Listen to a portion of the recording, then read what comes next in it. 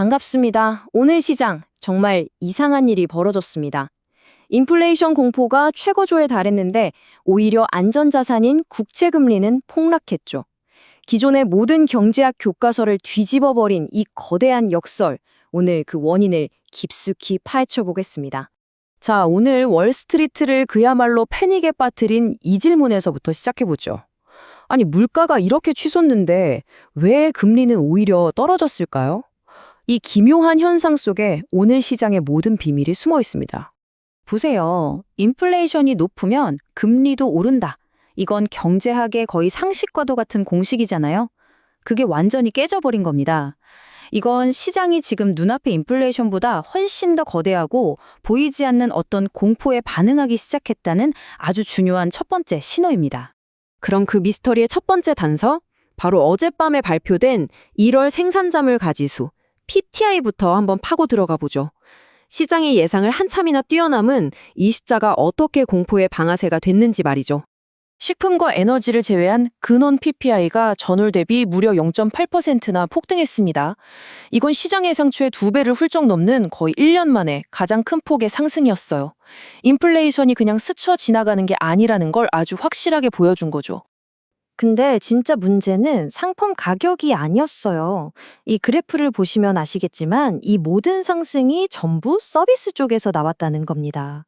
이건 뭐냐면 바로 우리 월급이랑 직접 연결되는 한 번 오르면 잘 안 떨어지는 아주 끈적한 인플레이션이 경제 깊숙이 뿌리내리고 있다는 정말 위험한 신호거든요. 결국 시장은 가장 떠올리기 쉬웠던 그 단어, 스태그플레이션이라는 공포와 정면으로 마주하게 된 겁니다. 경기는 나빠지는데 물가만 오르는 이 최악의 조합. 이건 중앙은행도 뾰족한 수가 없고 모든 자산 시장에는 그야말로 재앙과도 같죠.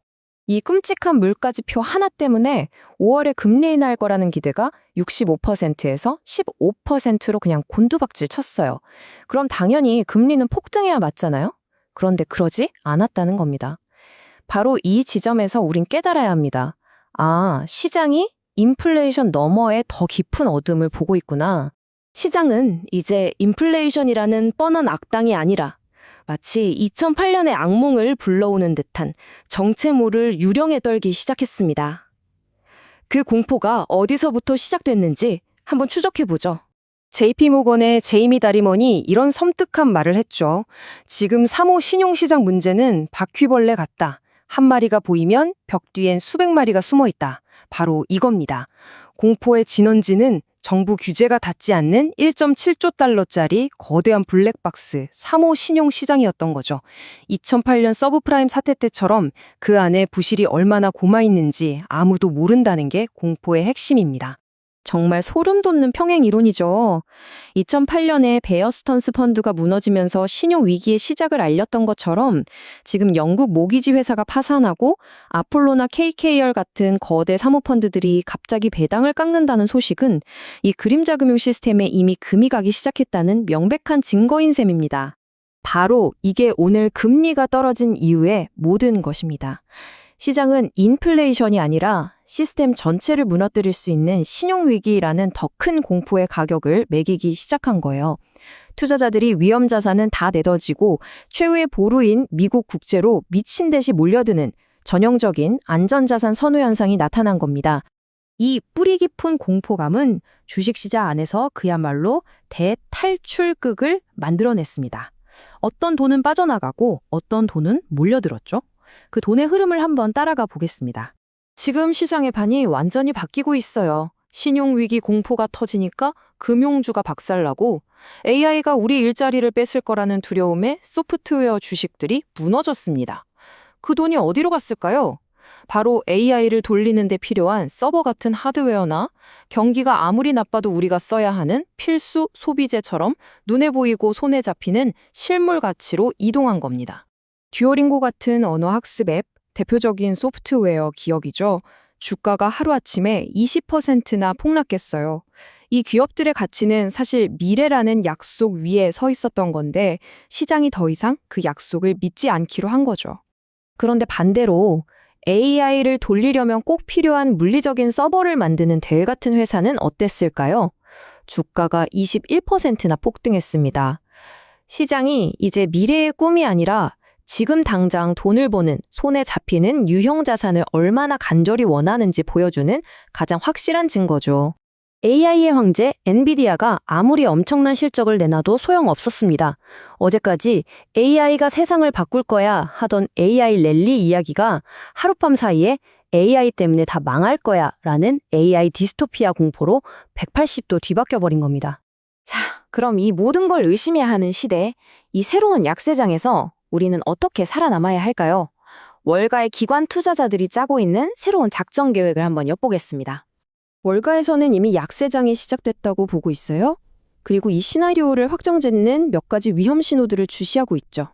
인플레이션이 3% 밑으로 안 떨어지고 사모펀드에서 돈 못 내준다는 소리가 더 들리고 중동에서 전쟁 나서 유가가 치솟고 마지막으로 S&P 500 지수가 심리적 지지선인 6,566선 아래로 무너지는 거, 이런 것들입니다.